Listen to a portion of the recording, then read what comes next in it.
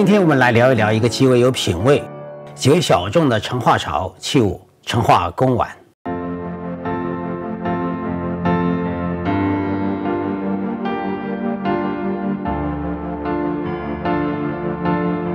谈到成化朝的名物，可以肯定，多数人会首先想起大名鼎鼎的鸡缸杯。它有2.8亿的成交记录，一路是的所谓神宗时上时，御前有成化彩鸡缸杯1双，值钱10万，很多人可以背得朗朗上口。但是如果要问成化朝设计最典雅的瓷器是什么，我会毫不迟疑地回答：成化青花公碗。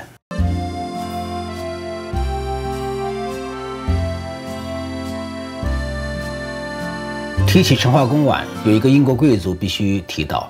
就是前剑桥 Fitzwilliam 博物馆的东方艺术部名誉主任 Rolf Coliff 拉尔夫·肯尼夫勋爵。我在讲张公象窑时呢，曾经提到过在海外尽人皆知的亚历山大碗。其实呢，海外还有一个叫做肯里夫碗，也是大名鼎鼎，指的就是他收藏过的成化公碗。肯尼夫勋爵呢，出生在1899年，1963年去世。肯尼夫勋爵这个爵位呢，在英国已经3代了。我们讲的是拉尔夫·肯尼夫，他是第2代勋爵，他在海外是最具影响力的中国艺术品收藏家之一。其收藏涵盖各朝器物，包括古代的青铜器、玉器、鼻烟壶、瓷器等等。在他1963年去世的时候呢，其藏品超过600多件，而且他的明代官窑瓷器收藏呢是非常出类拔萃的。肯尼夫勋爵呢，他在1947年以475英镑呢，从 Peter Bood 那里呢购得3只公碗。The Bood 是上个世纪初著名的东方艺术古董商，在当时的英国呢属于资深的东方艺术专家。从1913年就开始涉足中国古董，与在民国早期呢搜罗到大量中国艺术品。然后他在1934年的时候，在伦敦的 The Mount Street 开设了古玩店，就是叫做蒙特街。到了1949年，国际形势大变的时候呢，他就关张歇业了。肯尼夫勋爵从 Peter 这里买的3只公碗呢，一只为秋葵公碗，另2只碗成对，画的都是百合花。他的这3只成化公碗在后来的拍卖市场曾经叱咤风云。2只绘百合花纹的公碗呢，其中一件于1980年5月20日呢授予香港苏富比，另外一只呢在2002年的伦敦宝龙或者叫邦汉斯呢拍出了82万英镑的价格，在当时呢折合人民币呢大概是超过了1000万元，造成很大的轰动。现在属于西泠集团的收藏。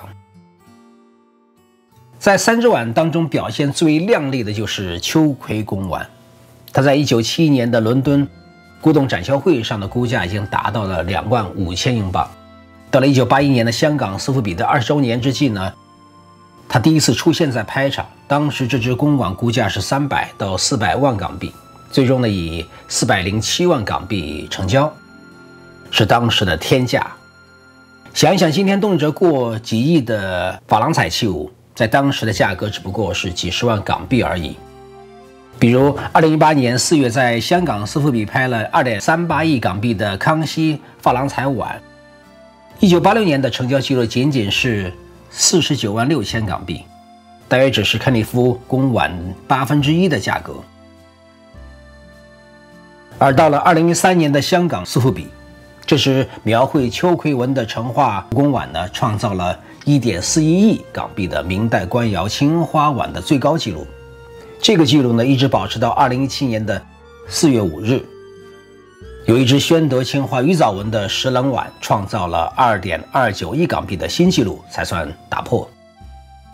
我有幸当年在香港参加拍卖的时候呢，上手欣赏过这件成化至宝。毫不夸张地讲，其工艺制作、胎釉质量、青花发色、画工设计等等，都可以拔得头筹。因此呢，现在海外收藏界提起肯尼夫公馆可以说尽人皆知，而在世界范围内的中国古玩界，成化公馆已经奠定了其至尊的地位。一般认为，公碗是宣德时期创烧的品种，为皇宫内使用。在成化一朝，由于成化此类青花碗的品质出众，设计典雅，成化公碗差不多已经成为专有名称，特指成化青花公碗。前苏富比亚洲区主席朱利安·汤普森，国内喜欢叫他朱汤生，曾经长期致力于研究成化瓷器。他在2009年出版的《中国瓷器庄少绥收藏》中说过，多款成化青花碗于20世纪30年代登陆欧洲，并获得了公碗的雅称。根据这些线索查到，把成化公碗介绍到海外的最早可见白兰氏登的著作《明初官窑考》。他在书中介绍了一款原出自无赖溪旧藏的成化宣草纹公碗时说道，公碗应该是宫中使用的饮食器，它们的纹饰一般为花卉和瓜果，没有龙纹。白兰氏登的著作于1938年第一次出版，应该是在他的著作出版以后，成化公碗这个名称才开始在海外传播开来。成化公碗属于一类设计极为典雅、仅供御用的宫廷青花餐具，因为其极为出众，传世罕见，造型、胎釉、青料、画工都达到了登峰造极的水平，尤其是其纹饰设计简约俊秀，独出一格，代表了永宣青花之后另一个不相伯仲的青花瓷器的高峰，因此呢，成为后世藏家追逐的对象。其造型呢为略带唇口、弧腹、浅圈足，尺寸和形制都比较固定，高大概在7公分以内，口径约在14.5到15.5公分以内，底径约为5.5公分左右。纹饰采用双钩加渲染的手法，层次非常丰富，勾勒线条纤巧爽利。据明朝王世信在《广志异》中有记载呢，说然二窑指的是宣德和成化二窑，皆当时殿中画院人遣画也，就说成化瓷器的纹饰设计都是出自宫廷画师之手，从实物上来看，此言不虚。成化公碗的纹饰分为满宫和内壁素白两种，纹饰布局多数疏朗明快。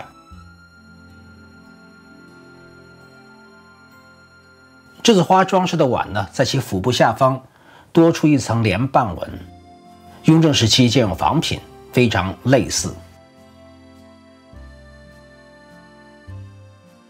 成化瓷器大概是从成化4年才开始恢复烧造的，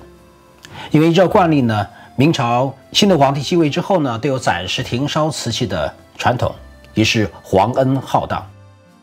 明宪宗实录收录的成化元年诏书中有记载，江西饶州府、浙江处州府建差内官在彼烧造瓷器，诏书到日，除烧完者诏书其解，未完者皆悉停止。差委官员即便回京，违者罪之。光禄寺器皿及未养牲口桶等件，自天顺5年以前拖欠未完者，悉予免。这段话记载很明确地说明，成化元年曾经停止烧造瓷器，直到成化4年才再次提起烧造的事宜。这个记载在《大明会典》卷194工部陶器中。他讲到，成化4年，也就是1468年，奏准光禄寺瓷器仍以4分力减造。根据考古发掘资料，现在的学术界呢，把成化瓷器分为3个时期。第一期为成化4年之前，第二期为成化4年到成化的17年之间，第三期为成化17年到成化的23年。如果针对成化青花瓷器呢，则分为2类。第一类呢，是基本涵盖成化早期到中期的制品。在这个时期呢，青料沿用进口的苏麻离青，因而带有铁锈斑，仍未脱离宣德的窠臼。器物造型风格呢，带有明显承袭自宣德的特征。第二类青花呢，是自成化的16年到23年所制造之瓷器呢，代表成化真正的工艺成就。成化皇帝在位的中后期呢，开始谥号方术。比他大19岁的万贞儿在成化的2年被封为贵妃，在此时极为受宠。为了满足万贵妃的奢靡生活需要，成化皇帝不断取国库以填内堂不足，并滥用太监，朝政逐渐荒芜。但也正是在这个时期，文弱迷信的成化皇帝虽然在治理国家上比继位之初大为逊色，但一如南唐后主李煜、北宋亡国之君宋徽宗，因为其在艺术上的非凡的成就彪炳史册。此时期呢，青花的青料改用江西乐平所出的平等青，青花成色不再有宣德青花的浓重清脆以及鳞鳞铁斑的特征，而是清丽浅淡、典雅沉稳。由于技术的改进呢，成化瓷胎洁白细腻，程度超过宣德瓷器，釉质莹润光洁，润泽如玉，犹如凝脂。有几件成化公碗呢，我不止一次上手体会过，真实感受到这种凝脂如玉绝非空穴来风。也有人称这种凝脂如玉的特点呢为蜡质特征，视觉感受上光泽度要比宣德柔润温和，白度要比宣德的高。成化瓷器视觉上比宣德瓷器更白，是被科学检测证明了的。中国科学院上海硅酸盐研究所曾对珠山宣德地层的标本、成化1973年珠山成化后期堆积层的标本、两代瓷器的胎釉做过理化测试，其结果显示呢，成化瓷胎中的氧化铁含量比宣德的少，3氧化2铝又比宣德高，故成化瓷胎较宣德火度高，其外观效果呢也就更加洁白致密。而在瓷釉中，宣德器氧化铁的含量呢是 0.97%， 而成化仅为 0.82%。氧化钙呢主要是釉灰，宣德为 6.79%， 成化则为 4.46%。两器在还原焰下烧成瓷器时呢，溶于瓷釉中的氧化铁成化明显比宣德要少，故成化成熟期的瓷器呢比宣德更为细腻洁白。成化公碗从它的一个面特征来看呢，具有成化青花瓷器成熟期的典型特征，显然属于青花瓷器的第二期，即成熟期。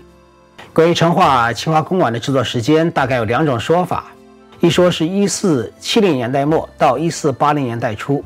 另一说是仅在1480年到1487年不足10年的时间。这段时间内呢，成化瓷器独出心裁，一般认为主要是由万贵妃主导。万贵妃呢对其所制作的瓷器的品质要求非常严格，造成呢玉器厂的花费非常庞大，朝廷负担沉重。明史宪宗本纪中记载有多次朝廷奏报劝说减烧或者停烧瓷器的记录，比如说在成化的16年，明史宪宗本纪中有记载说以岁次减光禄寺供用物。到了成化18年的闰8月，又有记载讲到呢，仓库是应时用，请罢饶州烧造瓷器。到了成化的20年1484年呢，又记载正月照减贡献。在成化驾崩的那一年呢，又成化的23年呢，又发出了停止一切不吉之物的诏书，命令江西烧造瓷器内官回京。这些记载说明呢，出现于成化晚期短短数年间的成化公碗烧造时间极为短暂，这就解释了为什么成化公碗如此罕见的原因。和料热成性的北宋汝窑相比呢，成化公碗的烧造时间可能更短。而事实上，今天存世的成化公碗远远少于汝窑的存世量。根据我的实地观察和相关资料呢，成化公碗多数收藏在世界各地的博物馆系统，以北京和台北故宫博物院及大英博物馆最多。收藏在私人手里的，能够有机会进入市场交易的，属于凤毛麟角。我们前面讲过，成化公碗呢主要是花卉纹样，也有瓜果，但在公碗上诸多的成就中，最突出和具有独创性的是其纹饰设计的简洁和明快的节奏感，非常有秩序，但要通过细部的变化呢打破这种秩序。比如说在2013年以1.4亿港币成交的秋葵公碗，外壁所绘的4朵秋葵及4片叶子组成非常有秩序的连续的变化，但其中出现了一朵含苞待放的花蕾和另一片叶子的组合呢，就把这种秩序给打破了，造成秩序中的变化。这种设计意味呢是前朝没有达到过的高度，而这种设计意味在其他成化公碗上都有体现。关于成化公碗当年到底设计了多少种样式，各界说法不一，有说11种的，也有说12种的。我把主要的几种大概总结一下。第一就是秋葵碗，秋葵又称黄蜀葵，它是明代永乐开始一种新兴的纹样。永乐时期呢，常常会与直壶的腹部与其他的附属纹样呢搭配。现在成化公碗拍卖的最高纪录呢，就是我们前面讲过的肯尼夫的秋葵碗。第二种是百合花公碗，这个前面我们有提到过，肯尼夫碗里面有一对是百合花纹样的，也是有拍卖记录的。到下面我们再讲。第三种是青花萱草纹的公碗，萱草纹属于公碗里面比较稀有的品种，有过拍卖记录，就是2019年香港拍过，成交是5670万港币。第四种是栀子花，栀子花这种碗的纹饰呢是稍微有一点变化的，就是在它的外腹部的下方呢多了一层莲瓣纹，并且在雍正的时期呢有仿品，仿的非常类似，但落的是雍正本年的款。还有一种是西番莲纹，也叫宝莲纹，这个纹样是比较特殊的，因为洪武的16年呢，他有确定西番莲为御用。他当时这样记载说，天顺2年1458年呢，令官民人等衣服不得用蟒龙、大西番莲等纹样。到了成化的2年1466年，令官民人等不许见用肤色花样。因此呢，西番莲纹呢在明代具有宫廷专用之属性，并一再由宫廷颁布禁令，禁止民间使用的规定。再一种纹样就是缠枝宝相花的纹样，还有青花缠枝山茶花的纹样的公碗，在北京的故宫有收藏。瓜果纹包括其中有比如说瓜蝶纹的公碗，瓜蝶纹公碗的传世据说有12件，包括一件出自景德镇玉器厂遗址的修复件。成化公碗虽然现在是大名鼎鼎，但在民国时期呢也曾经遭到过冷遇，其原因是在民国时期关于成化青花瓷器的认知水平呢不够全面，很多人在那个时候认为成化青花瓷器和宣德比较接近，青料使用的是进口料，发色蓝艳，内含铁锈斑。对于像成化公碗这种发色淡雅、画工疏朗的器物呢，很多人认为是清代雍正时期的仿品。民国时的大古董商陈仲远在他写的《古玩谈旧闻》一书中呢，记述了一个故事，很能说明问题，也似乎和肯里夫碗有联系。故事讲的是清朝末期，在北京琉璃厂有一家古玩铺叫赏奇斋，是醇亲王府出钱办的买卖。醇亲王这个来头非常大，一共2代，第一代是爱新觉罗奕轩，他是光绪帝的生父；第2代是爱新觉罗载沣，他是奕轩的第5子，宣统皇帝溥仪的生父。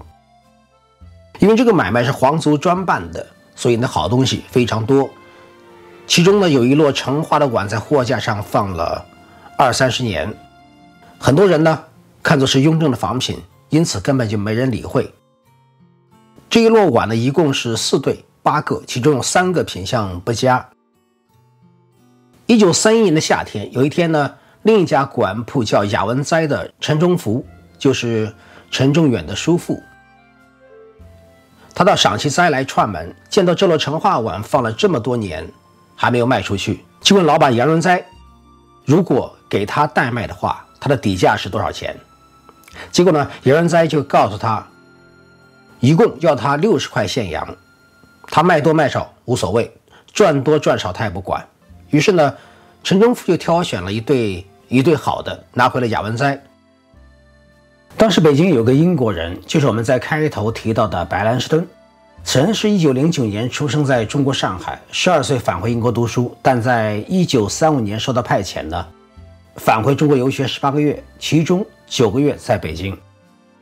虽然陈忠远的书中呢没有讲到，但按时间判断呢，应该正是白兰士敦返回中国，在北京停留期间呢，恰巧在雅文哉看到了这对成化青花公碗，结果他出口就说成化青花雍正仿的很多。陈忠福呢就对他说这个碗呢绝对是成化的，你要好好看一看，如果真的是雍正仿的，我就把它给吃了。白兰士敦呢就再仔细看一看碗，说你不要吃了，多少钱卖给我好了。结果陈忠福开始开价是160块大洋，后来呢经过一番讨价还价，最后成交价是100块大洋，卖给了白兰士敦。给回赏其在60块现大洋的这个本钱，陈忠福净赚了40块钱。40块钱在当时可以治1亩多地，所以呢，陈忠福非常高兴。第二天呢，又来到赏其斋，要把剩下的那摞碗呢全部好的坏的一起买走。这个老板杨润哉一看情况不对，立刻坐地涨价，3堆碗好坏一相打，要价总共是200块钱。陈忠福当然不乐意，谈来谈去呢，最后以150块的价钱把剩下的6只碗全部买走了。结果呢，陈忠福从这6只碗里面发了一笔，其中一对完好的碗呢300块卖给了美国人布恰德。当时雅文哉的经理是萧书农，他觉得这个买卖不错，总共买了4对成化青花碗，本钱一共花了210块钱，结果进账了300块钱，净赚了90块，还剩下了4只碗。在卢沟桥事变的前夕呢，萧书农就把其中的一个碗呢，以1200块现洋的价钱呢，卖给了古玩收藏家郁寿恒。7·7事变以后呢，郁寿恒就把这只成化碗卖给了当时大名鼎鼎的叶书仲，成交价钱是3000块现洋。叶书仲把他买到的成化青花碗呢，带到了美国，在纽约呢卖了1万多块美金。消息传回北京呢，引起了轰动。而雅文哉存下的另外3只成化青花碗呢，不知所终。据有人考证，英国人白兰士敦花100块大洋买的那一对中的其中之一，就是2013年苏富比秋拍中创下1元纪录的那只秋葵公碗。在现场是资深的艺术品经纪人翟建民拿下的，但真正的买家可能是河北房地产的开发商。上面这个故事呢，我认为是比较可信的，因为陈仲远虽然在写故事，但写的是他的叔父陈忠福，有机会掌握到最原始的资料，避免了道听途说所造成的变调。前面讲成化公碗的时候呢，已经提到一点点拍卖的记录，下面呢，我再把最近几年成化公碗的成交情况粗略介绍一下。目前成化公碗的拍卖一哥最高的成交记录是肯里夫的秋葵公碗，它是2013年10月8日在香港的苏富比以估价代询的形式上拍的，最后呢以1.41亿港币的总价成交。因为前面我们已经介绍过它的来龙去脉，在此呢就不再赘述了。2019年10月8日在香港的苏富比上拍了一件非常罕见的内外壁都是以萱草纹的成化青花公碗。萱草纹公碗呢，传世只有3件，是香港商界大亨庄少绥珍藏的珍品。庄少绥是从一个日本藏家那里呢购买到此件公碗，密藏了15年之后现身市场。拍卖前呢，大家预期成交价钱应该会达到5000万港币左右。拍卖时呢，他以3500万港币起拍，经过了10口叫价后，在4800万港币落锤，加上佣金呢，一共是5673万港币。这个呢，比较符合各方面的预期。另外2件萱草纹公碗都曾经是无赖系的旧藏，其中一件呢于1937年的5月26日在伦敦斯福比拍出。我们前面讲过的白兰士敦在他写的著作《明代瓷器考》中呢注录过这件公碗。后来这件萱草纹的公碗呢先后经过乔治·尤摩斯、林希少校、斯巴克斯、塞里格曼的地藏，最后呢由塞里格曼赠送给了大英博物馆。无赖系的另外一件萱草纹公碗于1937年由布鲁埃士呢购入，后被纳入大卫德爵士的典藏，现在呢也在大英博物馆展览。另外一件是我亲自上手观赏过的2016年4月6日在香港的斯福比皮金顿珍藏重要中国工艺精品中出现的一件青花瓜蝶绵绵纹的成化公碗，当时估价是5000万到7000万港币，最终拍卖成交时6460万港币。这只碗呢，它的传承和英国的一个已经关张的曾经是古董大鳄的布鲁埃士的渊源极深。从1930年开始呢，经他的手先后4次买进卖出，但在1945年之前呢，这只碗的最高成交记录只是52英镑。到了1967年，这个布鲁埃士呢成为著名英国农民收藏家皮金顿的一个经纪人。这次呢，布鲁埃士呢以5000英镑的帮这个皮金顿呢从伦敦斯福比竞拍重新获得了这件公碗，然后一直在皮金顿的家里呢收藏到了2016年，重新拿回斯福比在香港拍卖，最后卖了6460万港币。除了2013年斯福比1.4亿港币卖过一件成化秋葵公碗外呢，2014年还卖过一件成化秋葵公碗。这只成化秋葵公碗呢，有多次上拍佳士得和苏富比的拍卖记录。2014年的估价是4000到6000万港币，最后呢以5612万港币成交。秋葵碗在中国大陆及美国呢都没有看到过。在景德镇的珠山明代的玉器厂遗址有出土残片，有一件是修复件。另外秋葵碗呢有11件，分别收藏在欧洲和亚洲的博物馆。欧洲呢有5件，其中有一对现在收藏在瑞典的斯德哥尔摩的东亚博物馆。我最近一次去参观这家博物馆是2018年，正好拍过几张照片。另外2件呢目前在大英博物馆，还有一件属于荷兰海牙市立博物馆。在亚洲有6件，4件收藏在台北国立故宫博物院，第5件原来是日本安宅式的旧藏，现在收藏在大阪市立东洋陶瓷美术馆。还有一件现在收藏在日本东京的梅泽纪念馆。最后我们来提一下，在2011年的苏富比还上拍过一件原属于美银堂旧藏的一个瓜蝶纹的成化公碗，画工非常细致，品相呢也不错，成交价钱是9000万港币，它是仅次于2013年苏富比那一件肯尼夫秋葵公碗的第2高价。成化公碗呢，因为其非常出类拔萃，自明代晚期以后呢，便成为大家追捧的对象，因此也成为后世仿制的对象。前面呢，我们大概介绍过雍正的仿品，其实呢，清代自康熙时期开始便有仿制成化公碗，但康熙的仿品呢，貌合神离，只要和原作略加对比，便可以发现康熙仿品缺乏成化本朝的神韵。反而雍正的仿品呢，更接近于成化的味道，只不过只要仔细看画工、发色和胎体，最终还是能够一眼看出本质上的差别。